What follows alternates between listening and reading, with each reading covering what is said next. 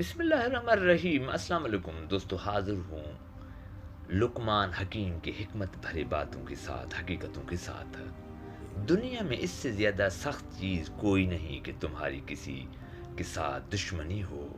تین قسم کے اشخاص کو اللہ تک راستہ ہے: علم اور حجرے والے، گدڑی اور مسلح والے، اور اہل عیال والے اور کاروبار والے۔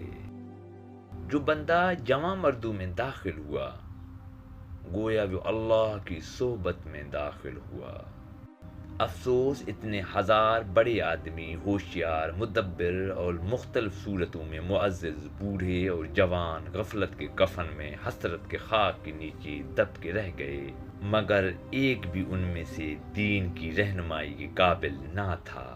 جو بھی کچھ حق تعالیٰ کے لیے کیا جائے وہ اخلاص ہے، اور جو خلق کے لیے کرے وہ ریا ہے۔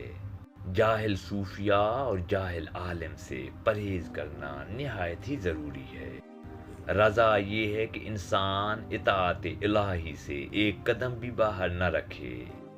دین کی ہمیشہ پابندی کرتے رہو، اگرچہ لوگ تمہیں ملامت کیوں نہ کریں۔ فقیر صرف وہی ہے جس کے پاس نہ دنیا کی کوئی چیز ہو، نہ اسے کسی چیز کے ملنے کی خواہش ہو اور نہ خوشی ہو۔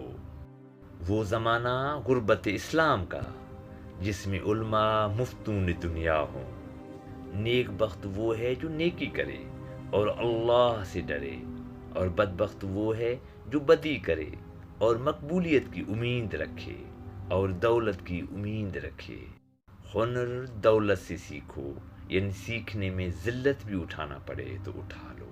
تین چیزیں ایسی ہیں جو عورت کو مدہوش کر کے رکھ دیتی ہیں: زیادہ دولت، زیادہ شہرت اور زیادہ تعریف۔